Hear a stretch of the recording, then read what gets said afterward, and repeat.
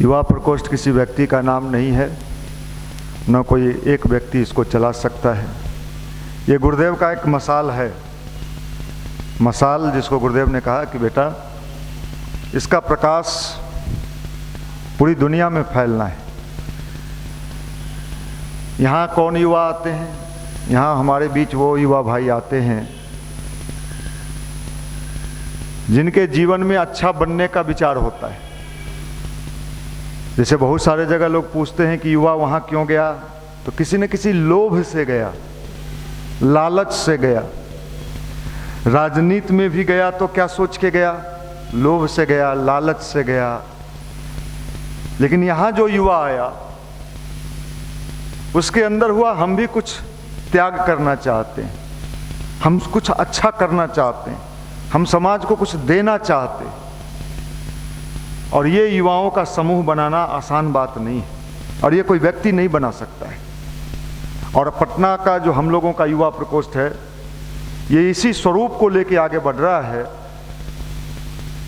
कि साहब ये त्याग, जिसको लोग कहते हैं बेवकूफ़ी का सौदा, अभी समझदारी का सौदा क्या है? अभी समझदारी का सौदा ये है कहाँ लग के तुम कितना कमा सकते हो, कितना बना सकते हो। यहाँ बैठने के बाद क्या सौदा है? तो यहाँ बैठने के बाद सौदा यही है कि गुरु नानक देव जी के पिताजी ने उनको कुछ पैसा दिया कि जाओ व्यापार करो। गुरु नानक देव जी रास्ते में निकले, उनका स्वभाव वैसा था नहीं, उन्होंने सारे पैसे को क्या किया? कहाँ खर्च कर दिए? साधु संत के को भोजन कराने में लगा दिए। फिर पिताजी के पास पहुँच गए, पूछे क्या हुआ? वो पैसा तो खर्च हो गया। कहाँ किया? तो वो तो साधु संत को खिलाने में कर दिए। उस जमाने में बहुत सारे लोग रहे होंगे जिनके पिताजी पैसा दिए होंगे, व्यापार भी किए होंगे और अच्छा पैसा कमाए भी होंगे, लेकिन आज वो गुरु नानक नहीं बन पाए। गुरु नानक कौन बना? जो त्याग किया। इसलिए भारतीय संस्कृति में त्याग का बड़ा गंभीर मामला था। त्यागी लोगों को शुरू में लोग भले ही बेवकूफ़ समझते हों, कुछ नहीं, लेकिन त्यागियों का ही इतिहास रहा है।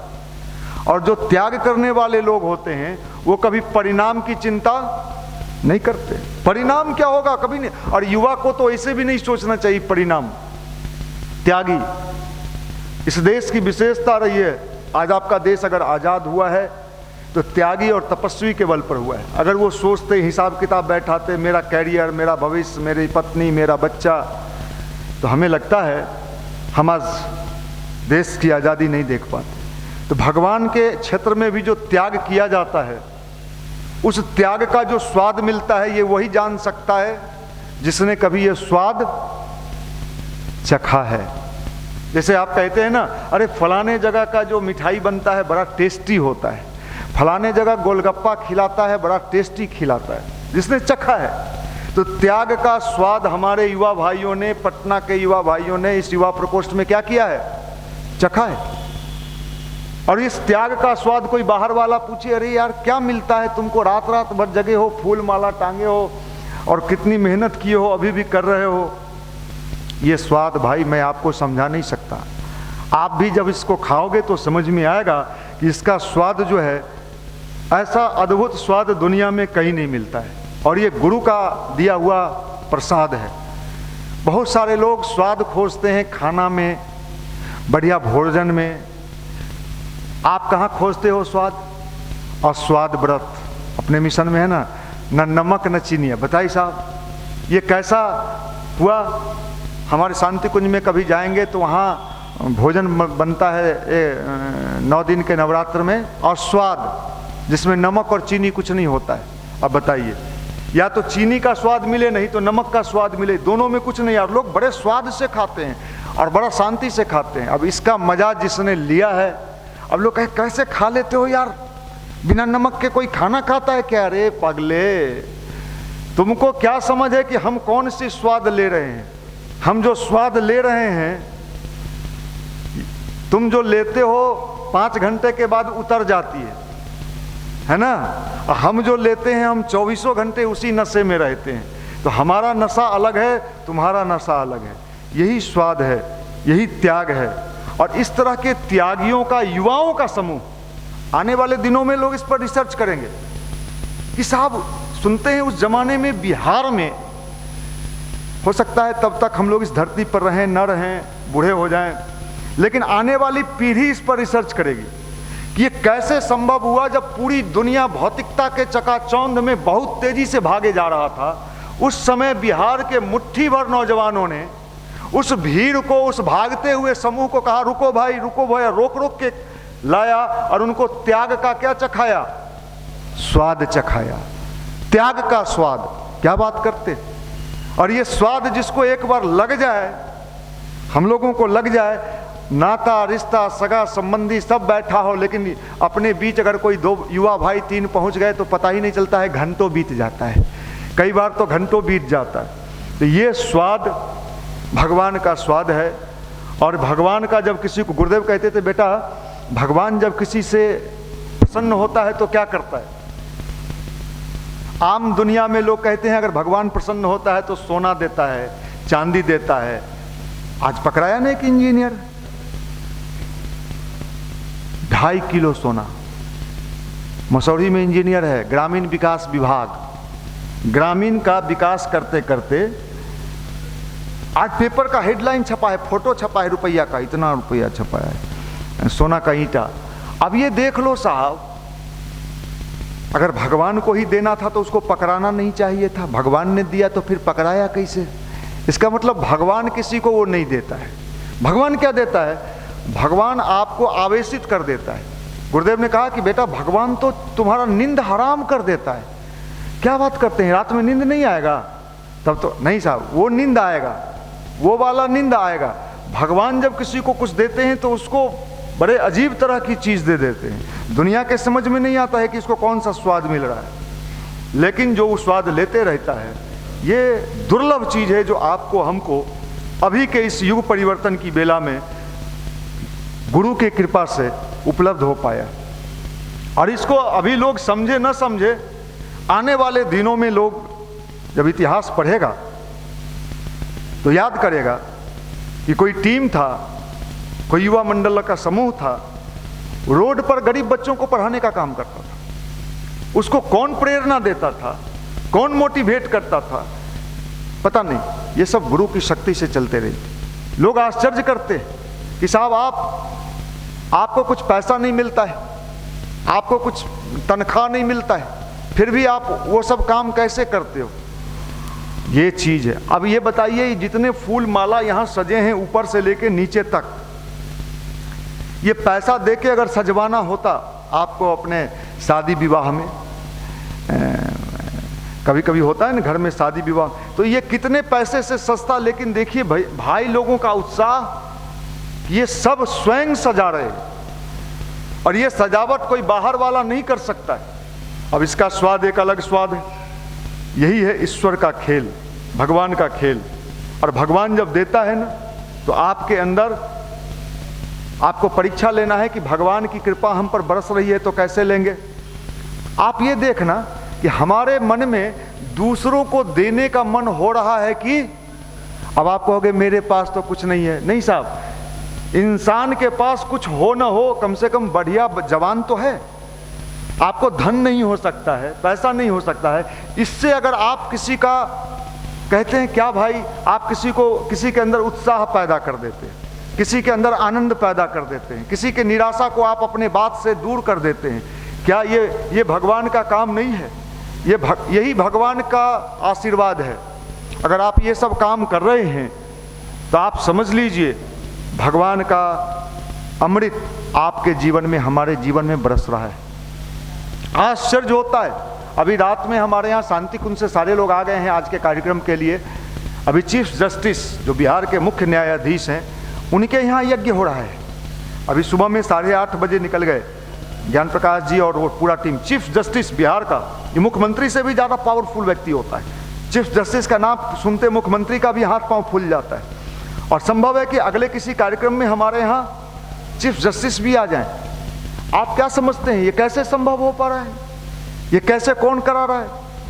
ये भगवान के खेल चल रहे हैं। और भगवान का खेल, भगवान किसी को अपना जब माध्यम बनाता है तो बड़ा अजीब होता है। उस समय तो तत्काल लोगों के समझ में नहीं आता, बाद के समय में लोगों को उसकी कथा कह कह के लोग, कितने कथाकार लोग मजा देते हैं और मजा लेते हैं। कृष्ण भगवान ने क्या उठाया?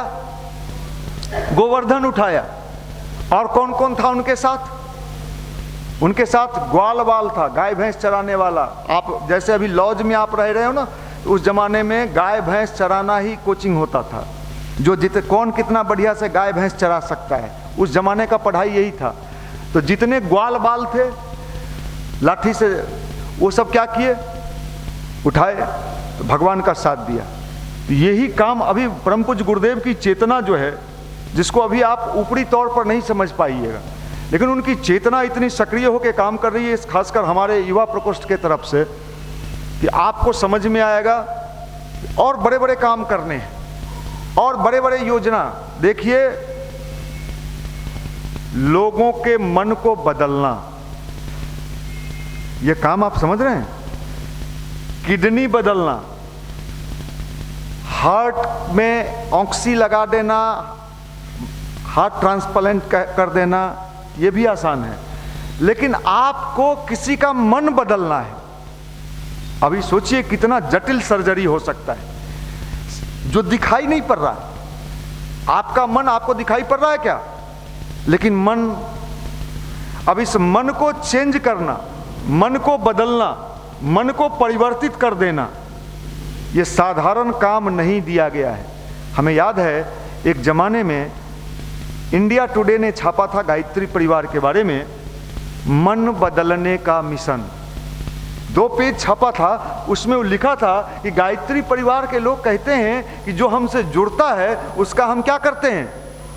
मन ही बदल देते हैं। अब लो भाई, अभी सारा समस्या पूरे देश दुनिया में कहाँ है?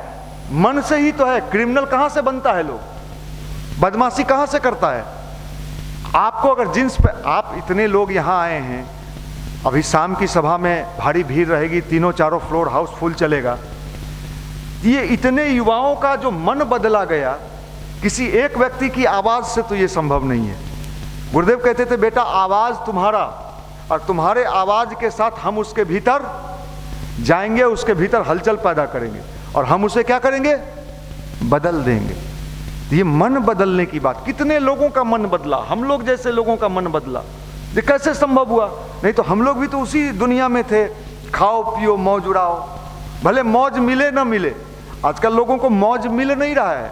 आपको आश्चर्य होगा, जहां पर लोग मौज खोज रहे हैं ना, वहां मौज है ही नहीं। वहां वो परेशान आत्मा है, वो परेशान आत्मा है। मैं आपको सच्ची बात बता देता हूं, परेशान आत्मा। और इस तरह के परेशान भाई, मौज का मतलब क्या? वो मौज इसको मान रहा है, या आपको देख के कोई अगर ईर्ष्या कर रहा है तो अगला आदमी सोच रहा है कि हम मौज में हैं। नहीं साहब, आपको भीतर से मजा आया कि नहीं? आपको भीतर से आनंद आया कि नहीं? आप मोटरसाइकिल भी चला रहे हो तो मजा मिल रहा है कि नहीं मिल रहा है? नहीं साहब, मोटरसाइकिल तो टेंशन में चला रहे थे, पिकअप बढ़ा दिए थे थोड़ा, देखिए ना घुटना टूट गया। मौज नहीं है। इसलिए मौज लेना ही अध्यात्म है। मौज में रहना ही गायत्री मंत्र है, हर हाल में, हर अवस्था में, हर व्यवस्था में। और यही तो है त्याग का मजा लेना। लोग को अगर आप कहेंगे त्याग में मजा है, तो कहेगा कि क्या कहेगा? तुम्हारे जैसा बेवकूफ इस धरती पर कहीं नहीं है। लेकिन चलो साहब, हब की अपनी बात है। भगत सिंह ने कभी मौज लिया। अब भगत सिंह को क्या मिलने वाला था? राष्ट्रपति बनने वाले थे कि प्रधानमंत्री बनने का सपना लेके चल रहे थे? मुझे जानकारी, उनको तो इसी में मौज था कि अंग्रेज को हमको क्या करना है? भगाना है। भागे या न भागे, लेकिन हमको भगाना है। उनसे भागा भी नहीं, लेकिन कोशिश तो किया उन्होंने, और उसी में उनको मजा मिलता था। चंद्रशेखर आजाद, आज उनका नाम हम लोग ले रहे, क्या मौज था? तो अंग्रेज को भगाने में मौज था। इसको भगाना है, इसको उड़ाना है, इसको भगा, ये काम। सुभाष चंद्र बोस, क्या मौज था भाई? ये मौज जो है ना, ये सामान्य बुद्धि के लोग, सामान्य केमिस्ट्री, फिजिक्स, ज्योग्राफी पढ़ने वाले लोग, मैथ पढ़ने वाले लोगों के समझ में नहीं आए। ये मौज है। और भगवान यही काम करता है। जब आपके जीवन में मौज आने लगे, मस्ती आने लगे, तो समझिए भगवान का अनुदान और वरदान आपके जीवन में मिल रहा है। और ये भगवान का अनुदान और वरदान है कि हम और आप इस युग परिवर्तन की बेला में कुछ करने की स्थिति में है। 25 साल, ये 26 साल पूरा होने जा रहा है, रजत जयंती 26 साल। आप कल्पना करिए 26 साल में व्यक्ति जवान होता है। 26 साल में नौकरी कितने लोग ले लेते हैं, लेकिन 26 वर्षों तक एक गति, एक लय, एक धुन, उसमें तेजी आया, कभी पीछे नहीं हटा आदमी। आप सोचिए, कल्पना करके देखिए कि व्यक्ति के द्वारा संचालित अगर ये व्यवस्था होता तो कितना दिन चलता? 2 साल, 3 साल, अनवरत चलते चला गया। और आज यहां का प्रकाश पूरे बिहार में जहां भी युवा सक्रिय होकर कुछ करते दिखाई पड़ते हैं, उनका बैक हिस्ट्री पता लगाइए। भैया आप कहां से? हम भी पटना में पहले पढ़ने जाते थे ना, वहीं रहते थे, वहीं से हम भी यहाँ आए और यहाँ शुरू किए। किसी जिला में आप चले जाइए, देश में आप कहीं चले जाइए, देश में, और कोई युवा बहुत एक्टिव वर्क करते हुए दिखाई पड़े, आप बारीकी से देखिए। पहले तो ये पता लगाइए आप बिहारी हैं, कहेगा हाँ। आप कभी पटना में रहे हैं क्या? हाँ साहब, पटना से ही तो यहाँ आए हैं। वो पता चल जाता है। इस फैक्ट्री से निकला हुआ मॉडल आप कल्पना नहीं कर सकते हैं कि देश ही नहीं, अभी अपना एक लड़का है चंद्र प्रकाश, पहचानते होंगे, अपने कंकड़बाग बाल संस्कार शाला में पहले पढ़ाता था, अभी अमेरिका में है। अमेरिका में धूम मचाए हुए है, गायत्री परिवार का अमेरिका में धूम मचाए हुए। अब वो यहाँ का लड़का है, पटना का लड़का है। कहने का मतलब है बहुत सारे प्रतिभाएं यहाँ से निकली है। माध्यम भगवान ने हम लोगों को बना दिया है, इस टीम को बना दिया है। यही हम लोगों के लिए बड़े गौरव की बात है, बड़े आत्मसंतुष्टि की बात है। इसलिए आज का ये कार्यक्रम शानदार तरीके से हम लोगों को सफल बनाना है। अभी आपकी संख्या जो हो, 3 बजे से तो आज भीड़ जुटनी शुरू होगी। कई जिले से लोग आ रहे हैं, कई जिले से मुझे फ़ोन आ रहा है, किसी जिले से 10 लोग आ रहे हैं, किसी जिले से 15 लोग आ रहे हैं, जिले वाले लोग भी आ रहे हैं। तो सारे फ्लोर पर टीवी लगा दिया गया है, ऊपर से लेकर नीचे तक पूरी व्यवस्था। शाम की सभा में सारे लोग मास्क में रहेंगे। आप बचे खुचे लोग जो होंगे उनको अभी से आप सूचना देना शुरू कर दो, फोन पर भी सूचना दो कि भैया आओ, आज के इस कार्यक्रम में भगवान का मजा लेने का दिन है, आज का स्वाद अलग है। देखिए, एक साधारण प्रोग्राम और इस प्रोग्राम में जमीन आसमान का अंतर है। साधारण से प्रोग्राम में किसी नाच गाने में हजारों लोगों का भीड़ हो सकता है, दूध कितना भी हो, लेकिन उसको मथ के निकाला जाता है तो क्रीम कितना निकलता है? 200 लीटर दूध में इतना क्रीम निकला। यहाँ जो आज ये कार्य हो रहा है, ये क्रीम का काम हो रहा है। इसलिए आप सब लोग यहाँ से अभी निकलेंगे, जाएंगे, या जो यहाँ व्यवस्था में लगे हुए हैं, फोन से जरूर लोगों को कहिए भैया अपने तो आओ ही, कम से कम 5-10 लोगों को साथ लेके आओ।